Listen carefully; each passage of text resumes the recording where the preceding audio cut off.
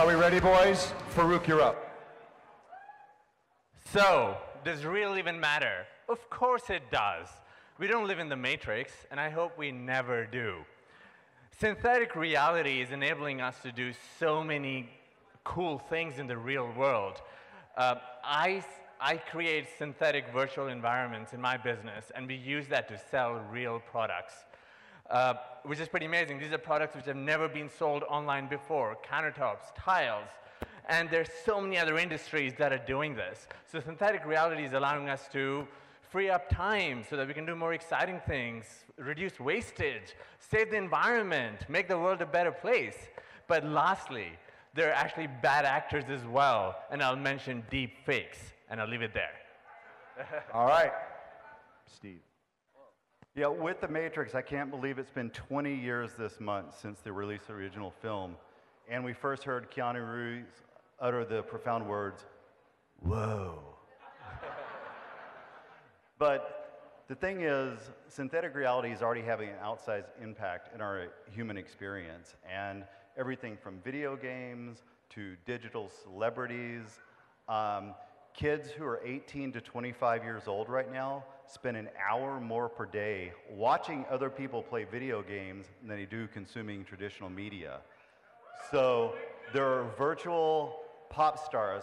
Hatsune Miku, the Japanese pop star, has hundreds of millions of YouTube views and 2 million Facebook users, and she's completely virtual. All right, Farrukh, your counter, 30 seconds. Yeah, that reality is kind of sad, right? If everything's virtual, what's going to happen to sex? Like, it's sad. But I hope my mom's not watching on the live stream. But yeah, I just wanted to end on like deep fakes. I'm passionate about that, and I just wanted to say, seeing is believing. That won't be true anymore if we don't control what's going on. Thank you. 30 seconds, your counter, Steve. Deepfakes they're a big concern, but I go back to 1988. There was this little program invented called Photoshop.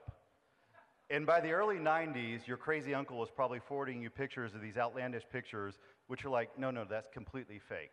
By 1994, there was this website invented called Snopes.com. So most of us in this room and people throughout the country are savvy enough to know a fake photo from a non-fake photo. And while there's going to be a learning curve, there's a lot of incredible technology that drives deepfakes, but it's going to take people starting to learn, hey, maybe just because somebody said that on a video doesn't mean that it's real. So don't throw out the baby with the bathwater. There's incredible technology behind deepfakes. All right. All right. Our first question. Who's got that? Sia. I had to stand up for this one, which, by the way, lowered me, which is funny. So, okay, you say deep fake. In light of 2020, we have, election cycles coming up.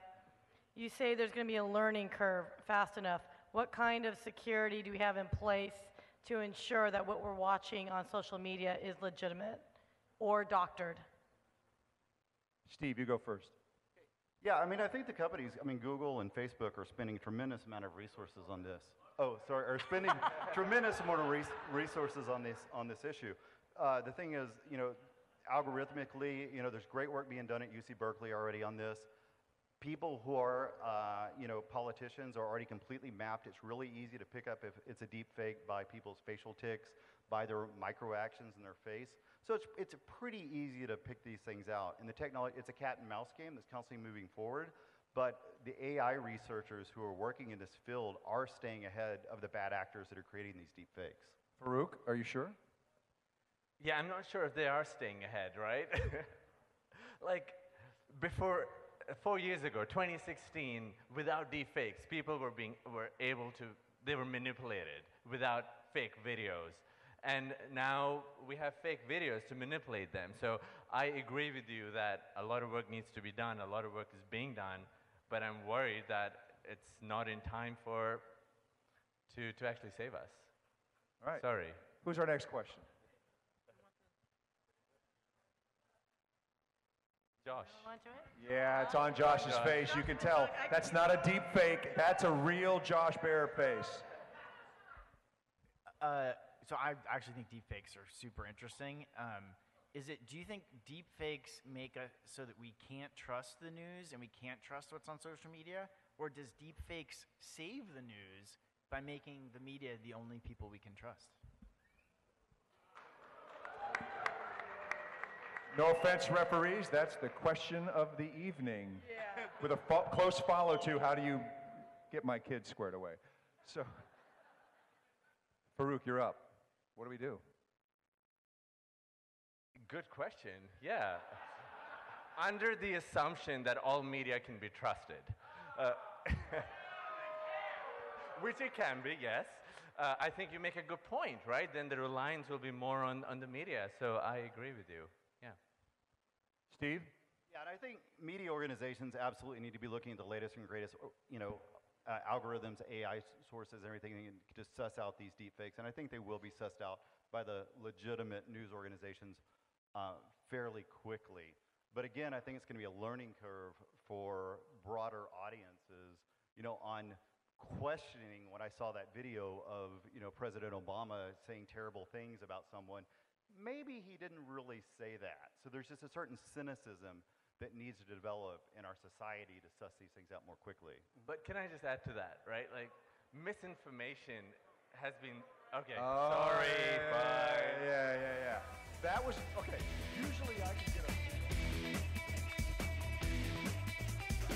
Chinook wins. Nice job.